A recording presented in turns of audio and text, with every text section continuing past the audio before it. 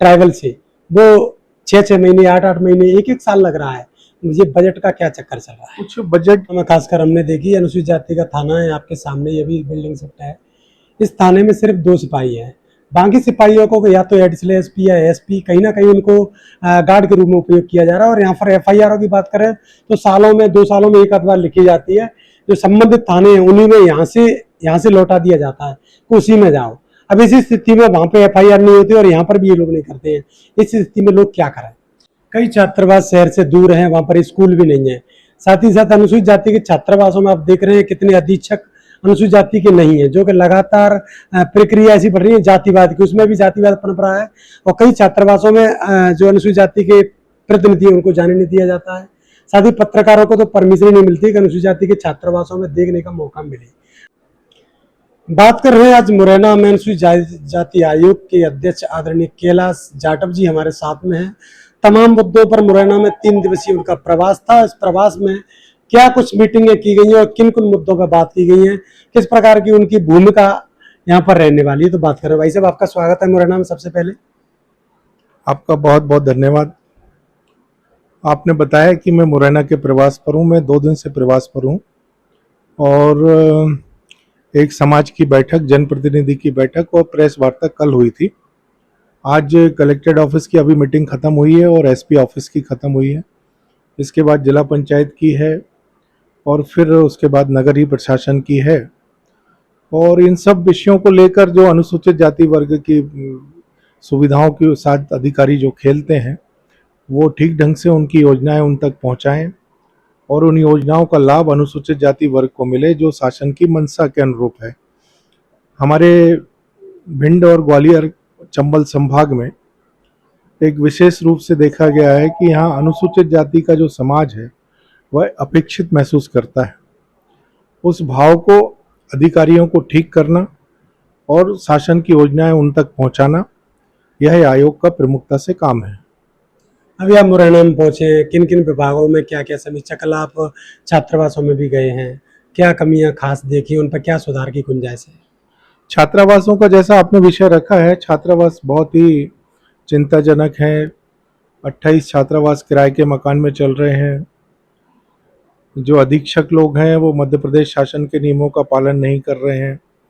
आदेश है कि उसी समाज के लोगों को वहाँ रहना चाहिए, लेकिन वो लोग वहाँ पर अन्य समाजों के लोगों को रखा है। जो भेदभाव गांव में जो बच्चे महसूस करते हैं वही वो छात्रावास में भी महसूस कर रहे हैं। तो आज कलेक्टर को आदेशित किया है कि ये कमियां खामियां दूर करें।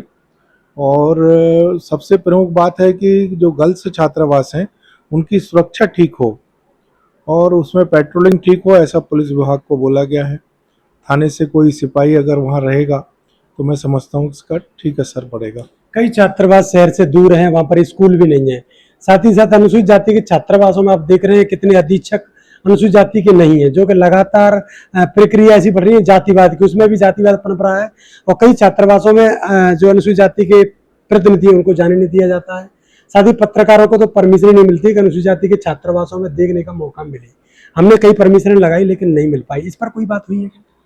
देखिए, आप लोकतंत्र के चौथे स्तंभ हैं। आप सीधा कलेक्टर से बात करिए और आप सादर आमंत्रित हैं छात्रावास के भ्रमण के लिए, क्योंकि आपकी नज़रों से शासन प्रशासन देखता है।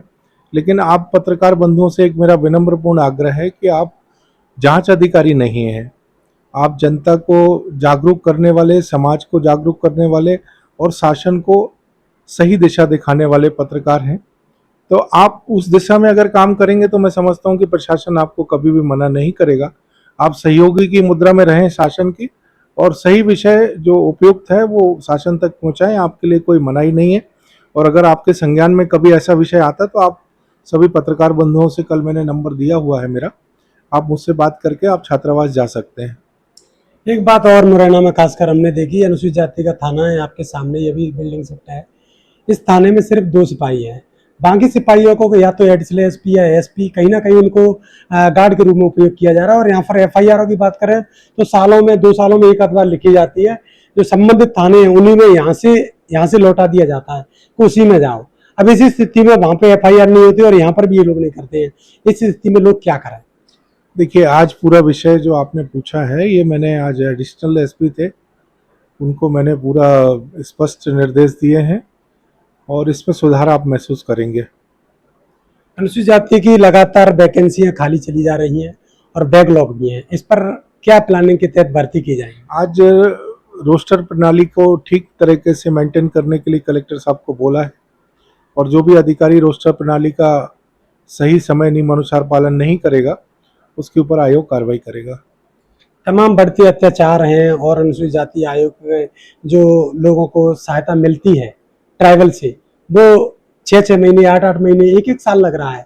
मुझे बजट का क्या चक्कर चल रहा है? कुछ बजट की वजह से प्रॉब्लम आ रही है। माननीय मुख्यमंत्री से जब बोलूंगा, मैं उस विषय को बात करूंगा कि वो तात्कालिक रूप से तुरंत राहत मिले उसमें।